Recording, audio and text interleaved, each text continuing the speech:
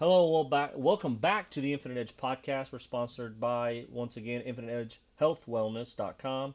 My name is Todd, and once again, I'm joined by Nate and Jeremy. Just so you know, we are on to episode 7, and today we will be discussing New Year's resolutions. Please keep this in mind, just like all our other casts. As of right now, we have no medical professional. We are not medical professionals, and we have none on the cast. And everything we talk about today is either done off extensive research or is kind of just mostly our opinions. So resolutions are a joke. So this is a common phrase I hear people say when talking about resolutions in general. I would say personally I don't agree with that statement. Now I do believe resolutions are only a start, and it's kind of like a motivation, right?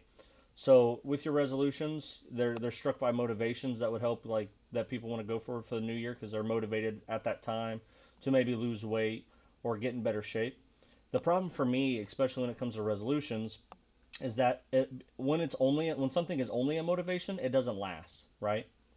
So when you have a motivation for it to last long term, it has to turn into discipline with anything. So for me, I might feel motivated to go to the gym twice a week when I need to go 3 or 4 times a week. So you have to have that discipline to make sure you go more than you want to, right? So the top 5 resolutions for Americans, according to Forbes.com Health, number one, improves fitness. That's 48% it says is improves fitness. Number two is improves finances. Of course, everybody wants to get in better shape. Everybody wants to get their money squared away. Yep, it's all about the dinero.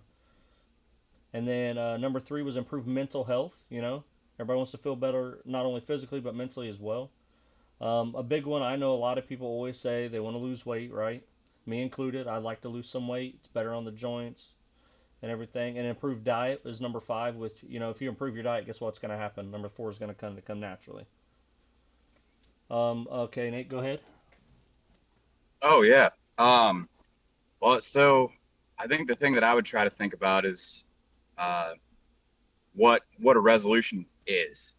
To me, it's nothing more than a goal, and I think that goals are super important for us. The only thing I dislike about the whole New Year's resolution concept uh, is just that everybody waits till New Year's to do it, and it's just like a certain small window of time that we focus on this, and me personally, as soon as I have something that's important, I want to try to get it into action right away. If I got a bad habit I need to drop it now. If I have a good habit I want to try to put into process, I want to put it in as quick as possible. And for me, I think the biggest thing that I have moving into the new year, I'd like to share, my own resolution is to be more truthful. And I don't necessarily mean that from the perspective of telling lies to people, more a subconscious thing. Um, I know a lot of us, and this is something I catch myself doing all the time. I'm sugarcoating stuff for people way too often and not being completely honest in relationships with other people, in working with people, or just, random Joes at the store or anything like that. And even myself, there's times when I just got to be straight up honest with myself about different situations. And I think that the more honest that we are, the truer to ourselves we can actually live. So that's my resolution going into the new year. Um, and that's a generalized perspective I have on goal setting as well as the resolutions as a whole. I don't know. What do you guys think? I Well, agree. Knowing you as well as I do, I definitely agree. That you are nice about stuff, so you could call it sugarcoating. I unfortunately Yeah, don't have as much of that problem. Maybe me and you can find a happy medium. right. I would say I think my goal for this year, my resolution, for this year is going to be more. I want to be more naturally like look at the bright side of things. You know what I mean? Not be a Debbie Downer so much, which I know I can get into a funk to where I'm grumpy or looking down on things. I'm gonna try to look at the brighter side of stuff. Jeremy, what do you got going on this year? so for me, I unfortunately differ a little from bit from you guys. Is I lean a lot more into the New Year's resolutions are a joke. Um, because when I look at it and go, hey, there is it's a new year, new me, new that stuff always has gotten under my skin, because exactly as Nate said, if it's that important, then why didn't you already do it? You know, yeah, I definitely have goals for the year and there's things that I want to get done, but it has nothing to do with the year. It's been goals that I've been working on, goals that I've already set in place, plans I've already built. Um, and I see a lot of people, especially when you deal with fitness. That's the thing that a lot of people do is I want to get in better shape or I want to go to the gym. And you go and everyone's like, "Yeah, I'm going to go." And for the entire month of January, going to the gym as someone who if you are someone who goes regularly blows. It's awful because everybody is there, they don't know what they're doing, they don't have a plan, and it's just a jumbled mess because everyone's like, "Oh, wow, this is great." By the end of January, that's teetered out and there's still those few that are pushing through, and then by the time middle of February rolls around, it's back to the same people who have been there doing it all the time. So the whole thing with the New Year's resolutions is when you look at it as, oh, it's a new year, new resolution. That's not, as far as I'm concerned. Like I said, this is my opinion, and if it works for you, that's awesome. Stick with it and run with it. But for me, it's always been one of those, like, it's not, if you have to wait till January 1st to do it, it wasn't all that important to do in the first place. At least you didn't find the motivation to do it. Now, if you're one of those people that is your motivation, run with it. If that's how you do it and be like, I can continue this terrible habit that I want to get rid of until this point. And at this point, I have to make that snap cutoff and we're done. And here's what we're doing differently.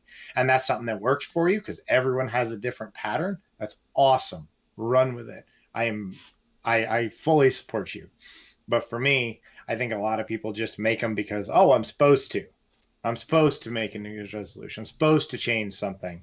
I'm supposed to do this. And there really isn't the follow through to do it. And, once again, as we talk about this stuff, that's all off our own perspective. That's just kind of how I see it. Maybe, it's a little bit darker side of it, but, Well, I think that's kind of how I see it. I think you hit the main thing anyways. It doesn't matter what motivates you as long as you get motivated and turn that motivation into a discipline to where you're going to carry it out anyways. It's all about discipline, Correct. at least for me. Because if you're not going to carry it out, don't waste your time. It's also about being truthful and honest as to whether it's a goal you're even willing to set for yourself. If you're just Correct. setting a goal and you don't follow through after a month, you didn't really want to do it to begin with. Right. So I want to live true to myself. I hope everybody else can do the same. I very much agree.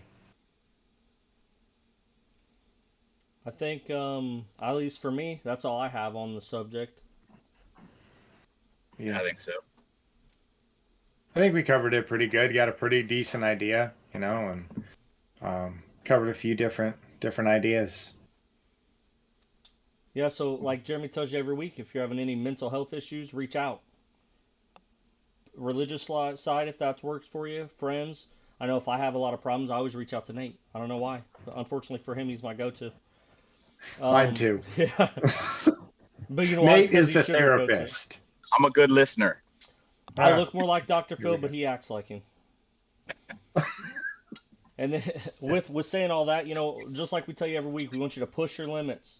We want you to get what you want. Give yourself an edge. Really strive for what you want to be better physically, mentally, and everything. Also, please come back next week. We'll do another podcast.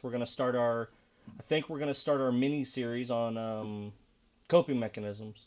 So that'll Yep. be Next the week. next Tuesday or next Friday. I'm sorry, we'll release that. And then also feel free to comment on YouTube, X. What else we got? Facebook. That's where the coping mechanism came on Facebook. Go ahead, Nate. My TikTok's suspended, so I got to figure out how to undo that before I can continue posting anything on TikTok. So no TikTok right Like- now because Nate said something inappropriate. No, we're not telling him right now. No, I'm just kidding. Also, Way to go. make sure you subscribe and everything. Also, we do have supplements. Check us out, infinitehedgehealthandwellness.com. Not and wellness, sorry. infinitehedgehealthwellness.com. Also, if you're on Facebook scrolling, check out Laser Bakes. We got a buddy that makes stuff on Laser Bakes.